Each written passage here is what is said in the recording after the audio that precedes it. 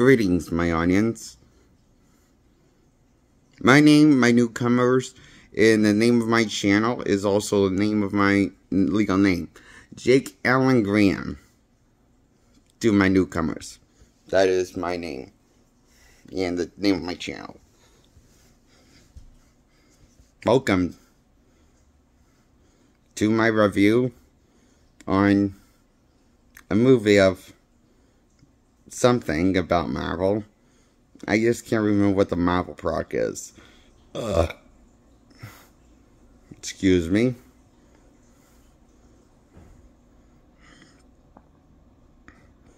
So,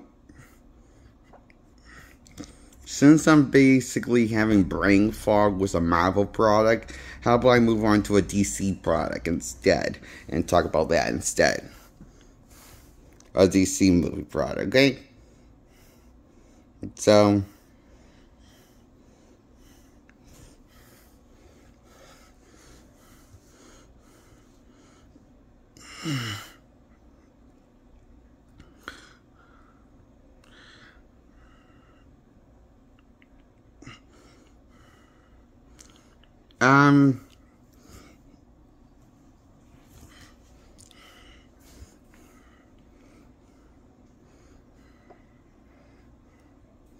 I give this movie review on, I forgot to tell you the title of what I was going to review, I'm sorry, and out loud. Shit. My bad. For getting confused, I forgot to tell you the title I was going to talk about. Wonder Woman, 2017 flick.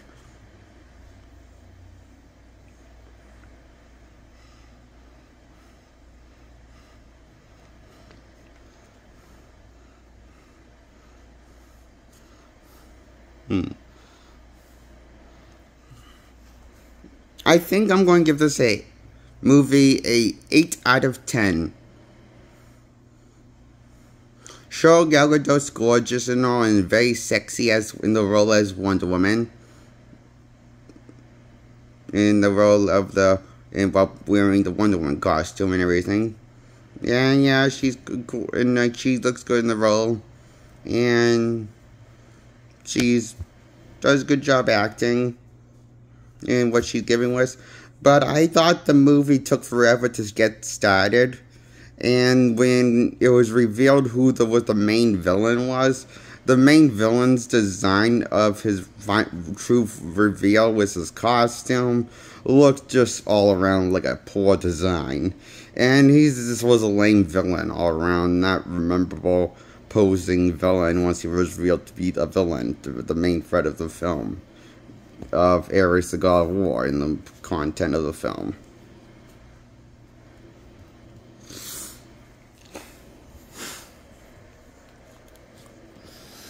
We find all this out in the third act of Wonder Woman.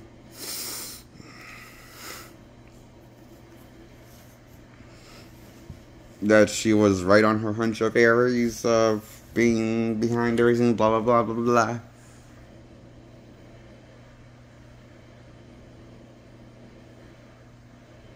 Based on a hunch of a story she read on Ares as a kid.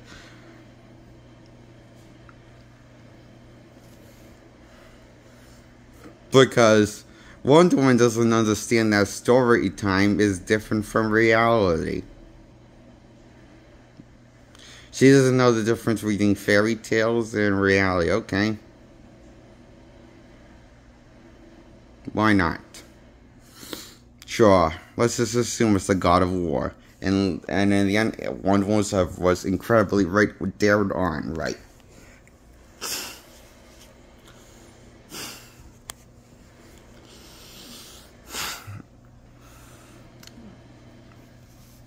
Was it stupid? Yeah. Having her be dead on right? Yeah. Instead of her learning something, realizing that, instead of having, it's like, was this one of those movies, you know? But it looked cool. Yes?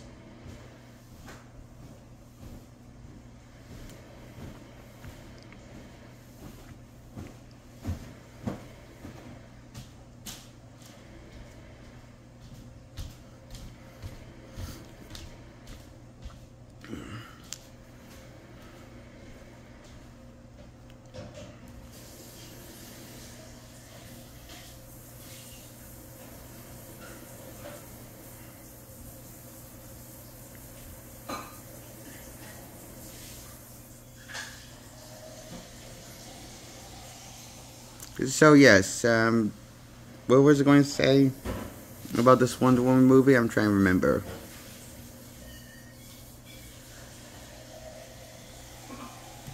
Oh yes, so I give the Wonder Woman movie a 8 out of 10 for these reasons. Mostly because it did take a while for it to get going. Like it was a little bit of a slow start of a movie.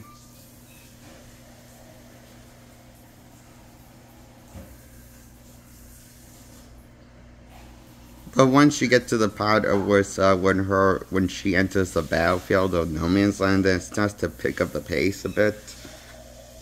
But that's at like the halfway point of the movie. And part of me wished it started to pick up a little sooner on in the movie before the halfway point came. That's just I wish it get started sooner.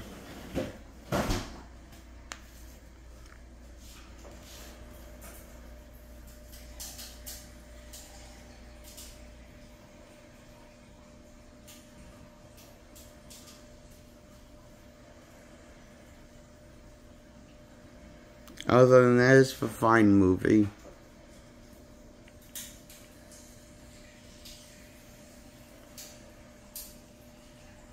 It's a refreshing change of pace in them. There's a refreshing change of. It's a refreshing. It's something that doesn't give me. I'm just glad I'm glad I like this because more than a 6 out of 10 for me because it doesn't. Give me the fatigue, superhero fatigue as much with the Wonder Woman movie compared to like some of the other comic book movies that I've reviewed and talked about.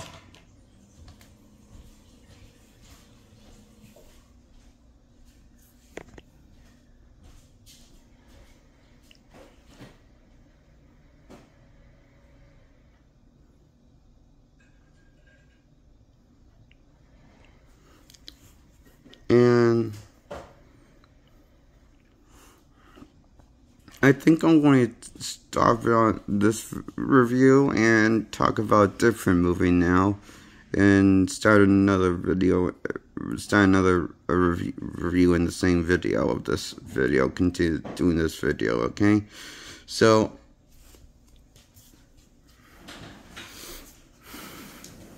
that's my thoughts on Wonder Woman 2017, like why I give it 8 out of 10.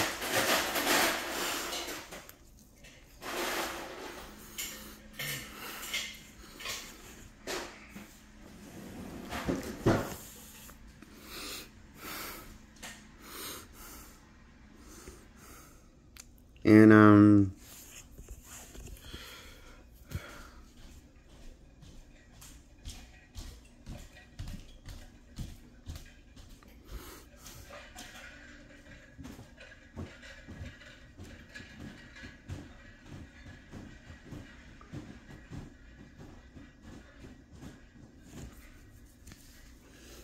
I think I'm just going to end the video now, and because I can't think of another thing to talk about right now, so I'm just going to end the video now. And that's my review on 2017's Wonder Woman movie with Gal Gadot, the first one with her, standalone one-movie flick. I give it an 8 out of 10.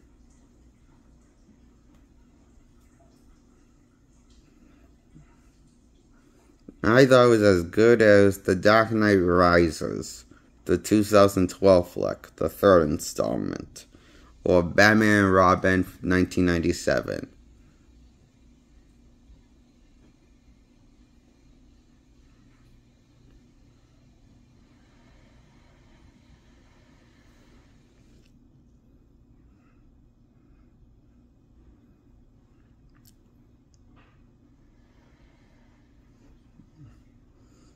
Or as good as the Christopher Reeve Superman movies, all 4 of them. Was Christopher Reeve started. I loved all four of them.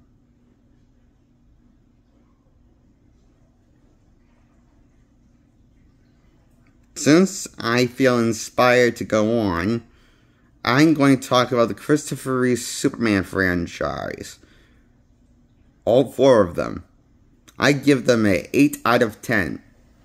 They are solid, goofy, silly popcorn movies that don't take themselves seriously at all, really. But they're incredibly imaginative with a spectacle. Even if it doesn't really have any Superman punching anybody or any fighting anyone that match his match before we get to Superman 3.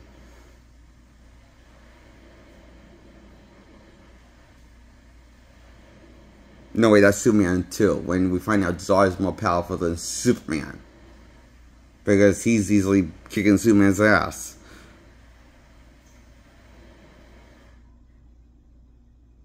And then we got Superman 3, and got Superman fighting Superman, and Evil Superman. And we got Superman fighting Nuclear Man and Superman 4.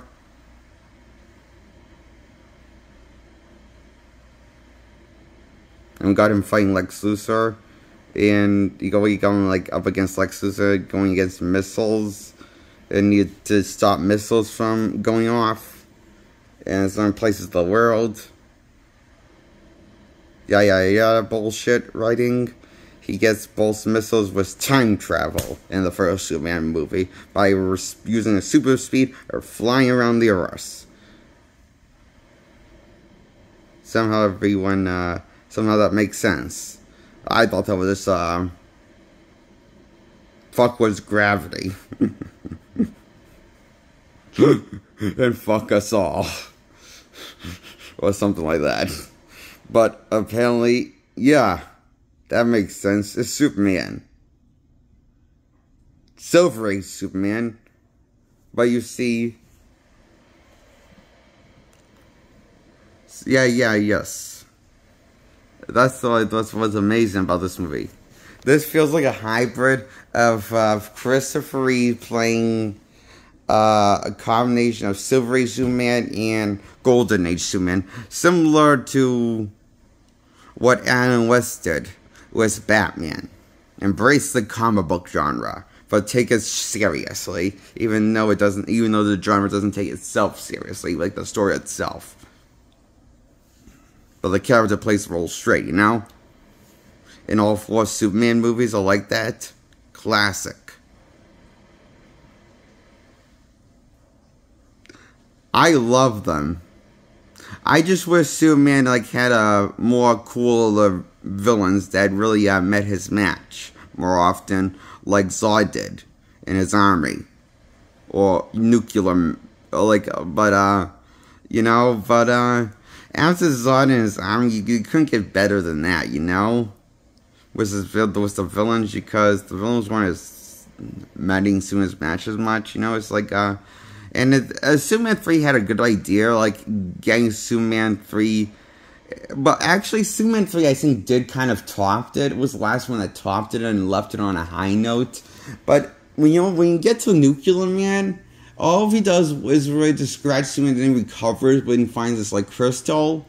And he gets it back his use, and doesn't look sick looking anymore. After going towards Nuclear Man for round 2, he wins. And it's, it's very anticlimactic with Superman 4, what it did with Nuclear Man. I felt like it was a bit of a wasted character, and, they didn't take advantage of his powers enough. Like they did with Zod and his army, or Evil Superman from Superman 3, fighting Goody Two-Shoes Superman. After he gets split in half with this exposure of the unknown kryptonite that this black comedian called what's his name? I forget his name. The comedian name, who's a henchman in this movie, who's also the main character, protagonist instead of Superman this time in Superman 3. Richard Pryor. Yes, that's the comedian who plays him, the henchman. Of us joins the old bad guy gang, blah blah blah.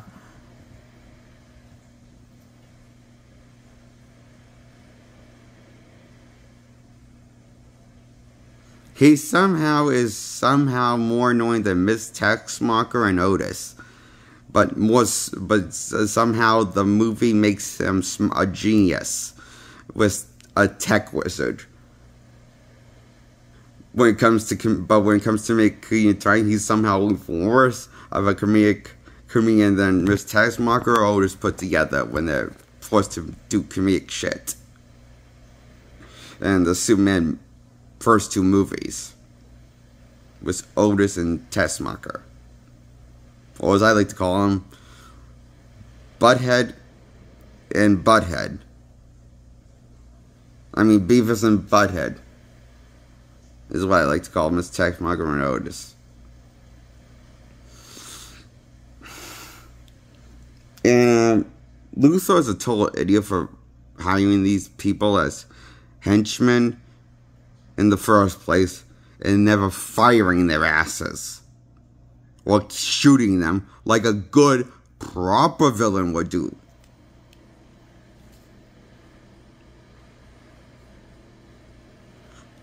Don't you know what a good villain does when a henchman fails? He usually shoots one of them or kills one of the henchmen for incompetency. That's what Joker did in the 1980s Batman flick was Bob, henchman Bob. Duh.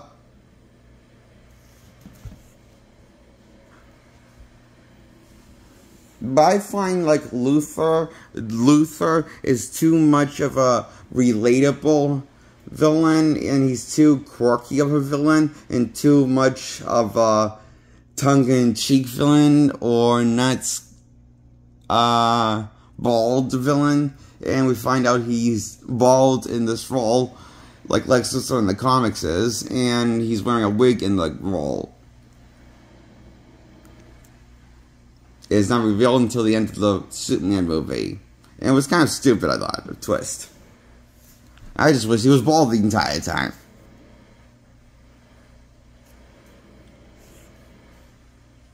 Like Lex Newton known for looking. Bald. Okay? Gene Hackman's the worst Lex Luthor ever. Next to Jesse Eisenberg. Is what I was going to say.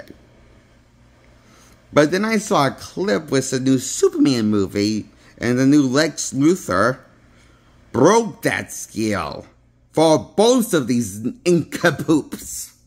Jesse Eisenberg and Lex Luthor topped better quality performance than the new Lex Luthor from the new James Gunn movie.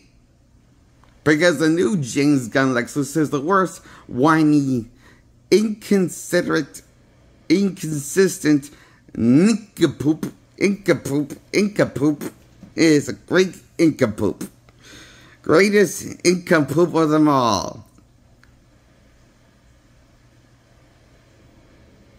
The new Lex Luthor is the worst. Then Jesse Eisenberg or what's his name? The one, Gene Hackman.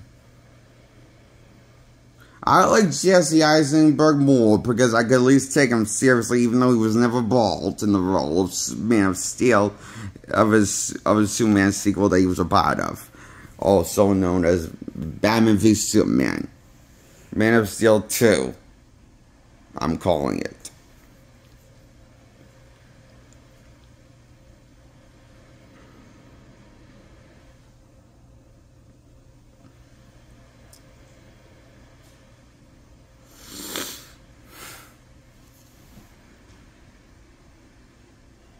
Jesse Eisenberg and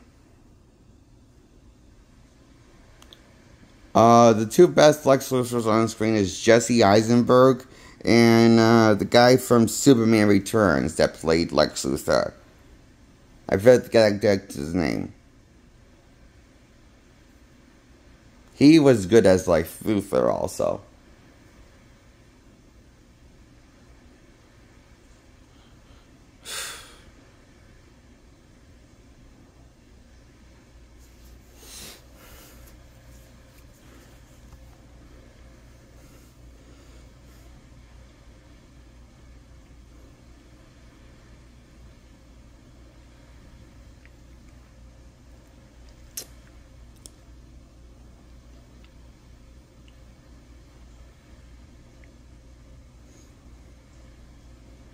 That's why I give Superman movies with Christopher Reeves, all four of them, a 8 out of 10. Each 4 installments get a 8 out of 10. I enjoy the fuck out of them. They're good, goofy popcorn movies.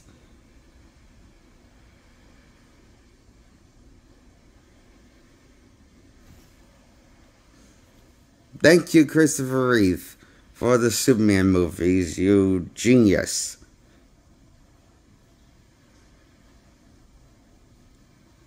Rest in peace, you hero. Rest in peace, Christopher Reeve. Rest in peace. You're a really good Superman. I really like him as Superman. I enjoy these Superman movies like I enjoyed Batman and Robin with George Clooney. Mostly because of the villains, I enjoy that movie. But for Superman, I enjoyed it mostly because of the hero, Superman.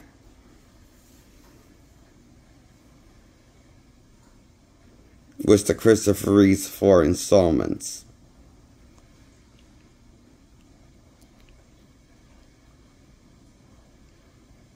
His performance is something as Superman in all 4 installments. To behold. They are great movies. For me.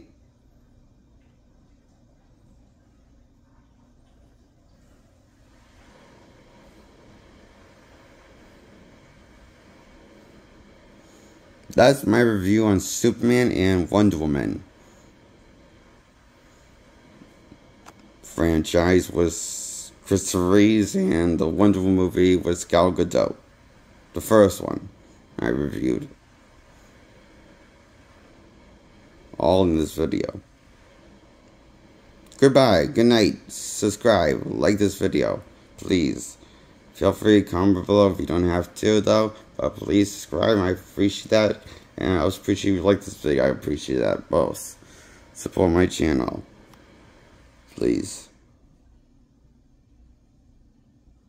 Okay. It's nighttime where I'm a little wiped out.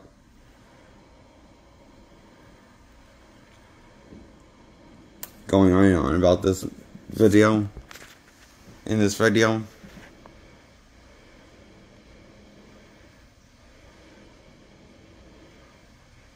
That's my review tonight.